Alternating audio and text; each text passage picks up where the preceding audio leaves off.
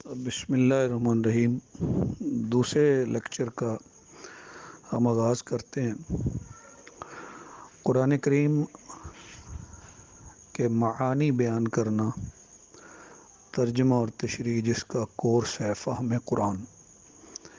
اس میں ایک اہم پہلو یہ ہے کہ آیا قرآن کریم کا ترجمہ کرنا جائز بھی ہے یا نہیں۔ تو اس کے بارے میں کوئی دوسری رائے نہیں کہ قرآن کریم کا ترجمہ جائز ہے، اس لیے کہ اس کا مقصد یہ ہے کہ لوگوں کو سمجھایا جائے، اور سمجھنا ہر ایک نے اپنی زبان میں ہوتا ہے۔ اللہ تعالیٰ نے قرآن کریم میں بھی فرمایا وَمَا أَرْسَلْنَا مِن رَّسُولٍ إِلَّا بِلِسَانِ قَوْمِهِ، ہم نے جو بھی رسول بھیجا اس قوم کی زبان سے بھیجا، لہذا اس کا ترجمہ اور تشریح کر کے امت تک پہنچانا جائز ہے اور مناسب ہے، درست ہے۔ ترجمہ جو ہے ایک لغوی ہوتا ہے اور ایک با محاورہ ہوتا ہے۔ لغوی ہو یا با محاورہ ہو، دونوں بہرحال ترجمہ ہوتے ہیں یا ترجمانی ہوتے ہیں۔ قرآن کریم اور چیز ہے اور اس کا ترجمہ اور چیز ہے۔ ہم ترجمے کو پورا قرآن نہیں کہہ سکتے، اس لیے کہ قرآن اللہ تعالیٰ کا کلام ہے، جبکہ ترجمہ جو ہوتا ہے وہ بندے کی کاوش ہے، جو اس نے قرآن کے حوالے سے جو مفہوم اسے سمجھ آیا اس نے وہ بیان کیا۔ برصغیر پاک و ہند میں سب سے پہلے مولانا نذیر احمد نے ترجمہ قرآن لکھا، وہ زیادہ معروف نہ ہوا۔ پھر سید شاہ ولی اللہ محدث دہلوی رحمہ اللہ نے قرآن کریم کا فارسی ترجمہ لکھا۔ پھر ان کے دو بیٹوں شاہ عبد القادر اور شاہ رفیع الدین نے اردو ترجمے لکھے، ایک نے لفظی اور ایک نے با محاورہ۔ تو مولوی نذیر صاحب کا تو معروف نہ ہوا تو شاہ ولی اللہ کا معروف ہو گیا۔ لیکن عجب بات ہے کہ جب قرآن کریم کا انہوں نے ترجمہ لکھا، اس وقت زیادہ دفتری زبان خاص طور پہ ہمارے ہندوستان میں فارسی تھی، اس لیے انہوں نے فارسی میں ترجمہ لکھا، تو ان پر کفر کا فتویٰ لگا دیا گیا۔ اس وقت کے بعض مولویوں نے کہا دیکھیں یہ اللہ کا راز تھا، اللہ کے اور اس کے علماء بندوں کے درمیان، جو اس نے عام لوگوں پر کھول دیا ہے۔ حالانکہ قرآن تو آیا ہی اس لیے ہے کہ عام لوگوں کو اس کا مطلب بتایا جائے، اس کا مفہوم سمجھایا جائے، اس کے احکام سے آگاہ کیا جائے۔ قرآن تو آیا ہی اس لیے ہے۔ اس لیے میں نے عرض کیا کہ قرآن اور چیز ہے، قرآن کا ترجمہ اور چیز ہے۔ اب قرآن پاک جہاں نماز میں پڑھا جاتا ہے، وہاں اگر اس کی جگہ کوئی ترجمے والی چیز پڑھ لے تو درست نہیں ہے۔ قرآن پاک کے ترجمہ کے بعد تفسیر کی بات کر لیں تو ایک تفسیر ہے، ایک تأویل ہے، اگرچہ دونوں کا مفہوم مطلب بتانا ہی ہے، لیکن اکثر اہل علم نے جو اصول اور ضوابط کے مطابق قرآن پاک کی وضاحت ہے اس کو تفسیر سے تعبیر کیا ہے، اور جو اپنی عقل سے ہو یا اپنے مقاصد کے لیے ہو اس کو تأویل سے تعبیر کیا ہے۔ اگرچہ لفظ کا اطلاق دونوں کا ایک دوسرے پہ ہو جاتا ہے، لیکن میں اصطلاحی بات کر رہا ہوں، لفظی نہیں۔ صحابہ کرام رضوان اللہ علیہ مجمعین قرآن پاک کی تفسیر کرتے تھے، خود نبی کریم صلی اللہ علیہ وسلم بھی فرماتے تھے قرآن پاک کی تفسیر کے لیے سب سے پہلے قرآن کی تفسیر قرآن میں دیکھی جائے گی، اگر وہاں نہ ہو تو حدیث شریف میں، وہاں نہ ہو تو اقوال صحابہ سے۔ پھر مزید آگے درجات ہیں کہ سابقہ کتب سے تائید لی جائے، تاریخ سے تائید لی جائے، عربیت سے تائید لی جائے، یہ مختلف تائید کی بنیادیں ہیں قرآن پاک کو سمجھنے کے لیے۔ پھر مفسرین کرام میں سب سے بڑا درجہ حضرت ابن عباس رضی اللہ تعالیٰ عنہ کا ہے، جیسا کہ پہلے لیکچر میں بتایا۔ پھر اور ان کے جو شاگرد ہیں طبقات المفسرین اور التفسیر والمفسرون، اس پہ 2 جلدوں کی کتاب ڈاکٹر محمد حسین ذہبی نے لکھی ہے، بڑی شاندار ہے۔ تو بہرحال مفسرین کے حوالے سے ان کے تفسیری طریقے کو سامنے رکھ کے 2 گروہ بنیادی طور پہ بنا دیے گئے۔ ایک کو تفسیر بالمأثور کا نمائندہ کہا گیا اور دوسرے کو تفسیر بالرائے کا۔ تفسیر بالمأثور والے وہ ہیں کہ جو منقول چیزوں سے، منقول کیا ہے؟ قرآن، حدیث، اقوال صحابہ یا اسرائیلی روایات بھی کسی حد تک منقول میں ہے، لیکن ان سے اجتناب ضروری ہے۔ تفسیر بالرائے وہ ہے جو محض اپنی رائے اور عقل پر ہو۔ تو رائے اور عقل والی تفاسیر میں عموماً صوفیاء کی بعض تفسیریں بھی آ جاتی ہیں۔ اسی طرح تفسیر بالمأثور کی اگر ہم کتابیں دیکھتے ہیں تو تفسیر ابن عباس جو حضرت ابن عباس کی جانب منسوب ہے، نام ہے تنویر المقباس من تفسیر ابن عباس، جو بعد میں لکھی گئی لیکن ان کے اقوال کی جانب منسوب ہے۔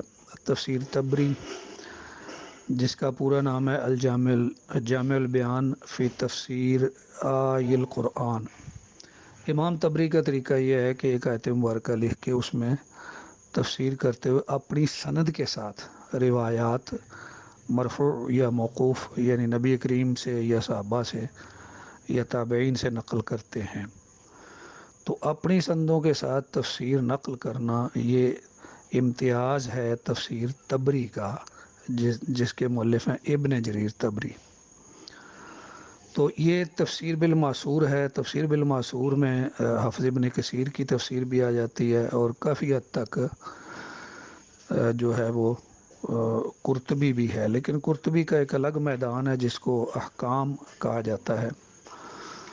اب ہم تفسیر بالرائے میں اگر دیکھیں تو تفسیر امام رازی کی، جسے تفسیر کبیر کہا جاتا ہے اور مفاتیح الغیب بھی کہا جاتا ہے، مروی ہے کہ ان سے کسی نے کہا امام صاحب تفسیر چاہیے قرآن کریم کی لمبی۔ انہوں نے بہت لمبی تفسیر لکھ دی۔ تو کئی سالوں بعد شاگردوں نے ذکر کیا تو کہا اندر پڑی ہے۔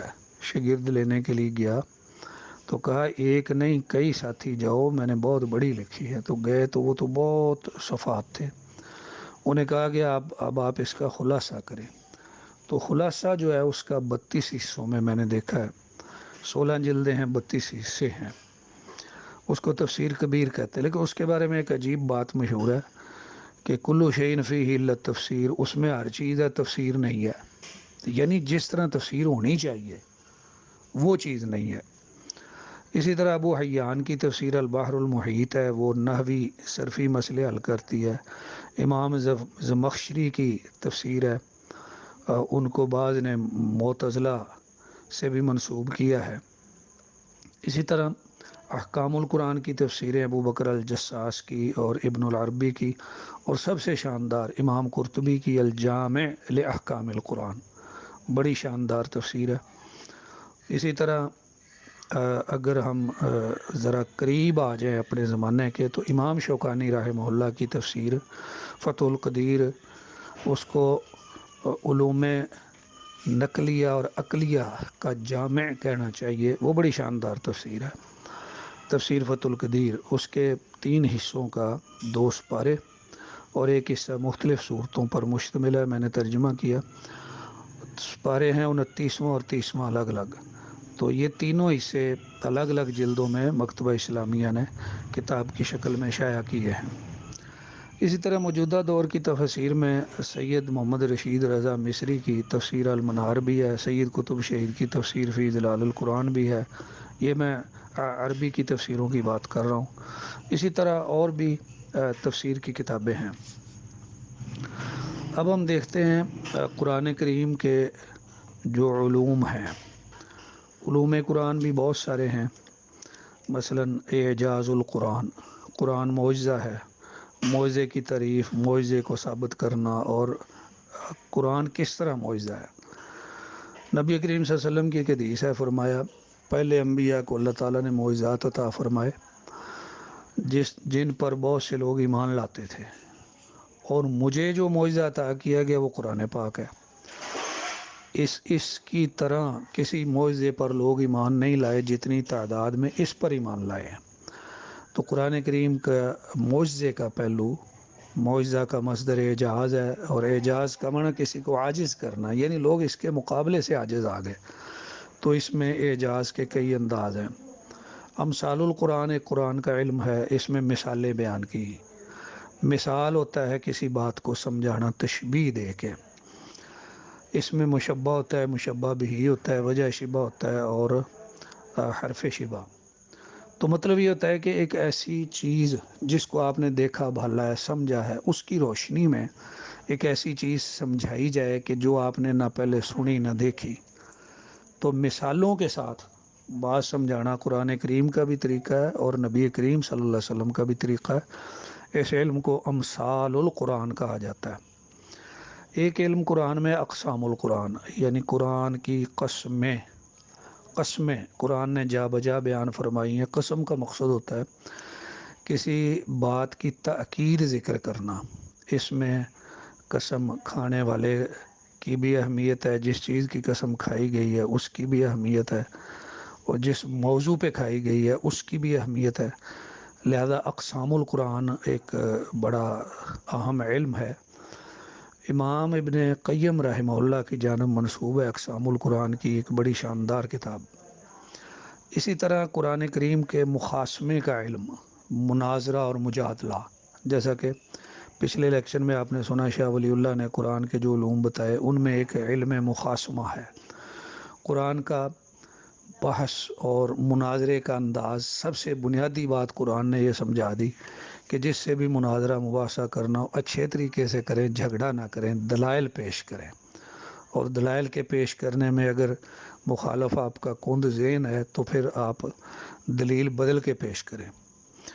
ایک علم ہے قصص القرآن، قرآن کے قصے، اس میں آنے والی اقوام، ملتوں اور انبیاء کے واقعات کیوں آئے ہیں، ان کا مقصد کیا ہے، اور ان کو بار بار لانے کی حکمت کیا ہے، یہ بھی اس کے علوم ہیں۔ احکام القرآن میں قرآن کریم کا جو حکم ہیں قرآن کریم کے، ان کو موضوع بنایا جاتا ہے، اور احکام پر بہت سی کتابیں ہیں۔ اب علم اصول فقہ والوں نے اصول تفسیر والوں کے ساتھ مل کے اس سے اپنے موضوعات اخذ کیے ہیں۔ مثلا قرآن پاک میں مطلق اور مقید کا تذکرہ، قرآن کے منطوق اور مفہوم کا تذکرہ، قرآن کے عام اور خاص کا تذکرہ، قرآن کے محکم اور متشابہ کا تذکرہ، تو یہ چیزیں بھی قابل غور ہیں۔ اسی طرح قرآن کریم میں نسخ کا مسئلہ ایک اہمیت رکھتا ہے۔ نسخ کا معنی بدلنا، مٹانا، ہٹانا ہے۔ تو دیگر مذاہب والے تو بعض نسخ پہ اعتراض کرتے تھے، نبی کریم پہ اعتراض کیا، کہنے لگے کہ آپ کے قرآن میں نسخ کیوں ہو جاتا ہے، کیا رب بھولنے والا ہے؟ پہلے اللہ کو پتہ نہیں تھا یہ حکم لانا ہے اور یہ نہیں لانا؟ تو اللہ تعالیٰ نے قرآن میں فرمایا جو بھی ہم حکم منسوخ کرتے ہیں تو ہم اس سے بہتر یا اس جیسا لاتے ہیں۔ اب اللہ کے علم و ارادے میں پہلے ہی ہوتا ہے کہ اس کو بدلا جائے گا انسانوں کی اصلاح کے لیے، فائدے کے لیے، یا یہ ہوتا ہے کہ جب پہلے لوگ مسلمان ہوئے، تھوڑے تھے، اس وقت معاملات اور تھے، بعد میں معاملات اور ہوئے، تو اللہ کے علم میں سب کچھ پہلے ہی تھا۔ اللہ تعالیٰ نے درجہ بدرجہ نازل کیا اور اپنی حکمت اور کمال دانائی اور فضل و کرم سے اس میں تبدیلیاں فرمائیں، ترمیم فرمائی، نرمی فرمائی، یا درجات بڑھائے اور احکام آسان کر دیے۔ اسی طرح قرآن کریم کے تعارف کی بات ہے تو قرآن کریم کا تعارف اس کے نام اور صفات دونوں سے ہوتا ہے، اسماء و صفات۔ صفات قرآن کریم کی کئی ہیں جن میں شفا بھی ہے اور دیگر صفتیں ہیں، اور نام بھی اس کے کئی ہیں۔ خود قرآن کے اندر قرآن کے بہت سے نام آئے ہیں، تو اہل علم کہتے ہیں کہ جس کی شان زیادہ ہوتی ہے اس کے نام بھی زیادہ ہوتے ہیں۔ اب حدیث میں اللہ تعالیٰ کے 100 نام ہیں یا ایک کم 100 ہیں، اور صفتیں اگر ملائیں تو پھر بہت زیادہ ہو جاتے ہیں۔ اسی طرح ہمارے پیارے رسول صلی اللہ علیہ وسلم کے بھی نام ہیں بہت سارے۔ اللہ تعالیٰ کے اسماء و صفات پہ الگ کتابیں جو ہیں وہ لکھی گئی ہیں۔ خود اردو میں اسماء الحسنی جو ہے وہ مولانا قاضی سلمان منصور پوری کی ہے۔ اسی طرح عربی میں تو بڑے بڑے جو ہیں وہ مجموعے انسائکلوپیڈیاز اللہ کے ناموں کے بن گئے کئی جلدوں میں۔ ہمارے پیارے رسول صلی اللہ علیہ وسلم کے ناموں پہ جو ہے وہ کتابیں لکھی گئی ہیں۔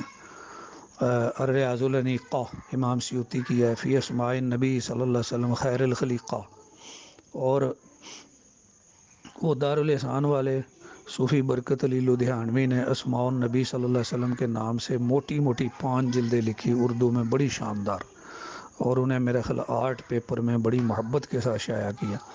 اسی طرح قرآن کریم کے بھی متعدد نام ہیں اور اس کے ناموں پہ بھی الگ سے کتابیں لکھی گئی ہیں۔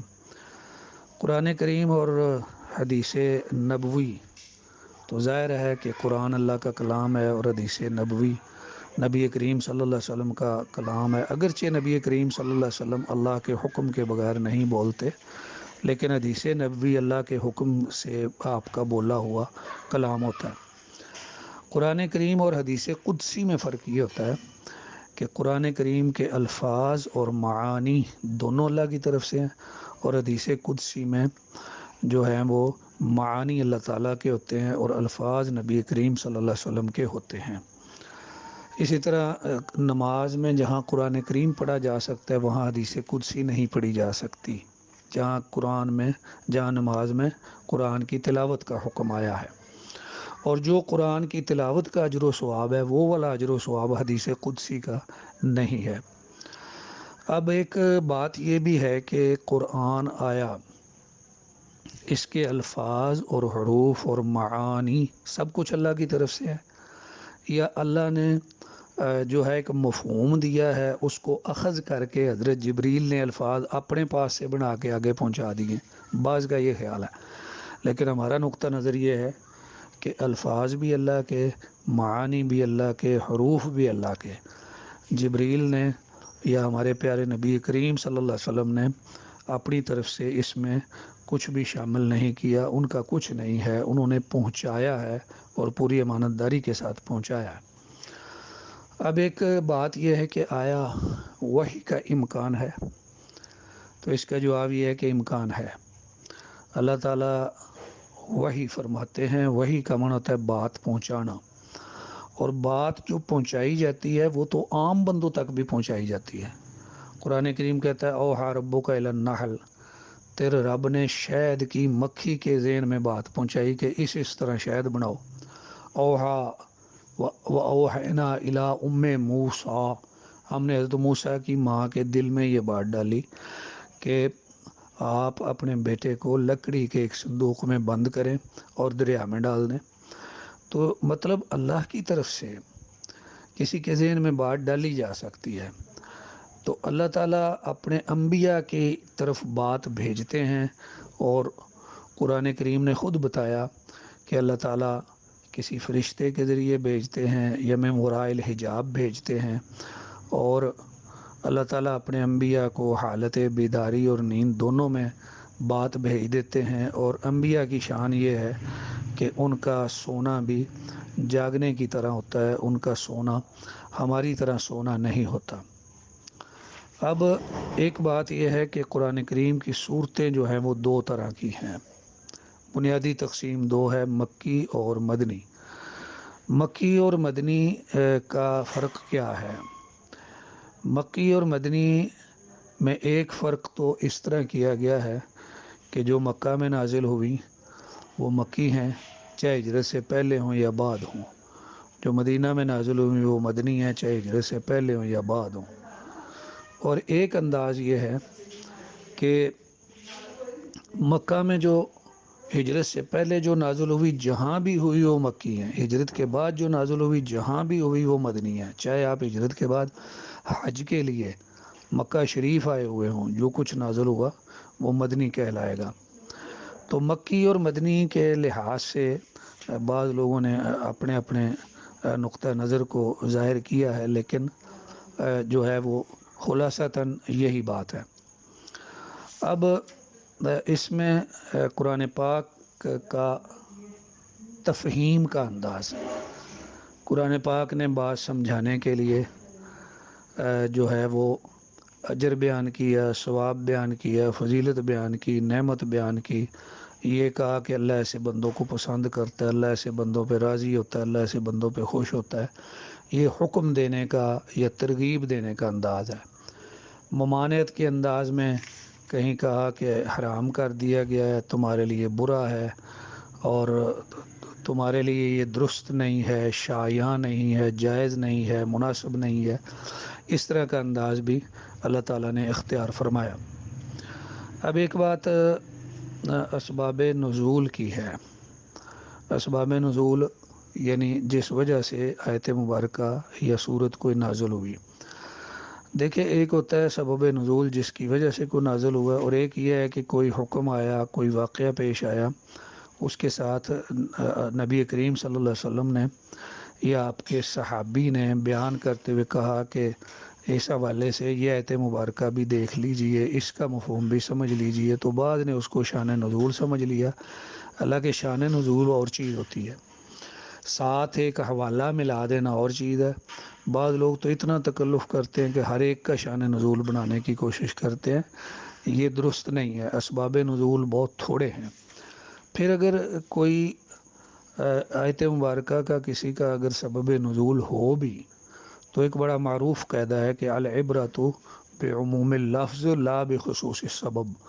اعتبار عام لفظوں کا ہوتا ہے، خاص اسباب کا نہیں ہوتا۔ مطلب سبب نزول اگرچہ ہو، لیکن اس کا یہ مطلب نہیں کہ جس کے لیے نازل ہوا ہے بس وہی سبب ہے، اسی کے لیے حکم ہے۔ نہیں، حکم ساری امت کے لیے ہوگا۔ اعتبار عام الفاظ کا ہوتا ہے اور سب کے لیے ہوتا ہے۔ اب قرآن کریم جو ہے اللہ تعالیٰ نے یکبارگی اپنے پاس سے لوح محفوظ سے آسمان دنیا پر پہلا آسمان جو ہے اس پہ نازل کیا۔ وہاں ایک گھر ہے اللہ کا جس کو بیت العزت کہا جاتا ہے، وہاں سے اللہ تعالیٰ نے نبوت کے 23 سالوں میں تھوڑا تھوڑا کر کے نازل کیا۔ تھوڑا تھوڑا کر کے نازل کرنے کی حکمت یہ ہے کہ حضرت صلی اللہ علیہ وسلم اس کو آہستہ آہستہ سمجھیں اور امت کے لوگ بھی درجہ بدرجہ سمجھیں۔ یک بارگی نازل کرنا اس امت کے لیے اللہ کی حکمت اور ارادے میں نہیں تھا، اگرچہ منکرین کہتے تھے کہ قرآن سارا اکٹھا کیوں نہیں اترا۔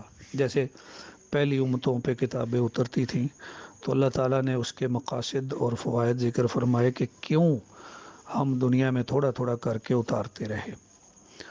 قرآن کریم کا جو جمع کیا جانا ہے، اس حوالے سے ہم سمجھتے ہیں کہ نبی کریم صلی اللہ علیہ وسلم نے قرآن کریم کو جمع کر دیا تھا اسی ترتیب کے مطابق کہ جو ترتیب ہمارے پاس ہے، لیکن وہ تھا کہاں؟ وہ تھا سینوں میں اور کاغذوں پر اور لکڑیوں پر اور گتے پر اور کھجور کی چھال پر اور پتھروں پر مختلف جگہوں پہ لکھا ہوا تھا۔ وہی جمع ہے اور جمع اول ہے، اور ہم سمجھتے ہیں کہ یہی ترتیب خدائی ترتیب ہے جو اللہ نے اپنے نبی کو عطا کی ہے۔ اس کے بعد حضرت ابوبکر صدیق رضی اللہ تعالیٰ عنہ نے حضرت عمر کے مشورے سے حضرت زید بن ثابت سے قرآن پاک جمع کرایا۔ یہ دوسرا جمع ہوتا ہے۔ حضرت ابوبکر صدیق کے پاس وہ نسخہ قرآن پاک کا ایک جمع تیار رہا، پھر وہ حضرت عمر کو مل گیا۔ حضرت عمر کی شہادت کے بعد ان کی بیٹی حضرت حفصہ کے پاس تھا کہ ان سے امیر المومنین حضرت عثمان غنی رضی اللہ تعالیٰ عنہ نے منگوایا اور اس کو دیکھ کے چند نسخے تیار کرنے کا حکم دیا۔ جب وہ نسخے تیار ہو گئے تو ملک کے مختلف حصوں میں صوبوں میں ایک ایک نسخہ بھیج دیا اور فرمایا کہ یہ ہم نے مرتب نسخہ بھیجا ہے، آپ لوگوں کے پاس جو غیر مرتب نسخے ہیں وہ سارے چھوڑ دیے جائیں اور اس کو اختیار کر لیا جائے، اس کے مطابق نقل کر لیا جائے۔ تو یہ ایک بڑی اچھی کوشش تھی جمع قرآن کی۔ تو بنیادی طور پہ اس کو پہلا جمع نہیں کہنا چاہیے۔ بعض لوگ سمجھتے ہیں کہ حضرت عثمان قرآن کے جامع ہیں، تو اس کا یہ مطلب نہیں لیا جا سکتا کہ پہلی دفعہ انہوں نے جمع کیا۔ حضرت عثمان کا جمع کرنا تقریباً تیسری دفعہ کا جمع ہے، لہذا حضرت عثمان کے جمع کو اور پہلے جو جمع ہوئے ہیں ان کو ملحوظ رکھنا چاہیے۔ قرآن کریم کی آیات اور فواصل جو ہیں ان کی بھی ایک اہمیت ہے۔ قرآن کریم کی جو قراءات ہیں، اور قراءات کا مطلب اس میں جو حضور نے فرمایا کہ قرآن 7 قراءات پر اتارا گیا ہے، تو اس میں بعض جگہ پہ مذکر، مؤنث، واحد، جمع اور اس طرح کے فرق ہوتے ہیں حروف میں، کہیں حرف کو لمبا کرنا، کہیں چھوٹا کرنا، کہیں یا لگانا، کہیں تا لگانا، یہ 7 قراتوں کے مطلب آسان مفہوموں میں سے یہ بات ہے۔ پھر آخر میں ہم دیکھتے ہیں تعلیم قرآن۔ تعلیم قرآن جیسے کہ میں نے پہلے سبق میں کہا تھا کہ سب سے پہلے تو اللہ نے قرآن سکھایا، اللہ تعالیٰ معلم اول ہیں، پھر نبی کریم صلی اللہ علیہ وسلم معلم ہیں، پھر صحابہ کرام۔ تو تعلیم قرآن ایک ایسا معاملہ ہے جو امت کے علماء کا فریضہ ہے۔ تعلیم کا مطلب دوسروں کو سکھانا، اور امام بخاری رحمہ اللہ نے بخاری شریف میں تعلیم قرآن پر اجرت لینے کے جواز کو بھی ذکر کیا، یعنی کوئی بندہ اس پر اجرت یا معاوضہ یا محنتانہ لے سکتا ہے۔ جو بندہ قرآن کریم کی تعلیم کی خدمت کے لیے اپنے آپ کو وقف کیے ہوئے ہے، امت تک قرآن کا پیغام پہنچا رہا ہے، تو امت کی ذمہ داری ہے کہ اس کی خدمت اور اس کو ذریعہ معاش، کسب معاش سے بے پرواہ کرے، اور اس کے لیے جو ہے ضروریات زندگی مہیا کی جائیں، اس کی تنخواہ یا تھوڑا بہت وظیفہ اس کا اہتمام کیا جائے جس سے اس کی گزرانے زندگی درست ہو۔ ورنہ اگر اسے چھوڑ دیا جائے تو دوسروں کی طرح وہ بھی کوئی نہ کوئی ذریعہ معاش اختیار کر لے گا، لیکن اللہ نے جو اسے خوبی دی ہے قرآن کی تعلیم کی اور امت تک پہنچانے کی، یہ والا کام اس سے چھوٹ جائے گا تو یہ امت کے لیے بڑی محرومی ہوگی۔ لہذا امام بخاری رحمہ اللہ نے اس کا جواز ذکر کیا۔ آخر میں عرض کرتا ہوں تفسیر قرآن کی اپنی سند یا حوالہ۔ میرے استاد ہیں مولانا محمد بن عبداللہ شجاع آبادی، ان کے استاد ہیں مولانا شرف الدین محدث دہلوی، جو میرے استاد محترم تو زندہ ہیں، بقید حیات ہیں ماشاءاللہ۔ 1444 ہجری میں ہم گزر رہے ہیں، تو ان کے استاد مولانا شرف الدین دہلوی 1381 ہجری میں فوت ہوئے۔ تو ان کے استاد تھے سید نذیر حسین محدث دہلوی جو 1320 ہجری میں فوت ہوئے۔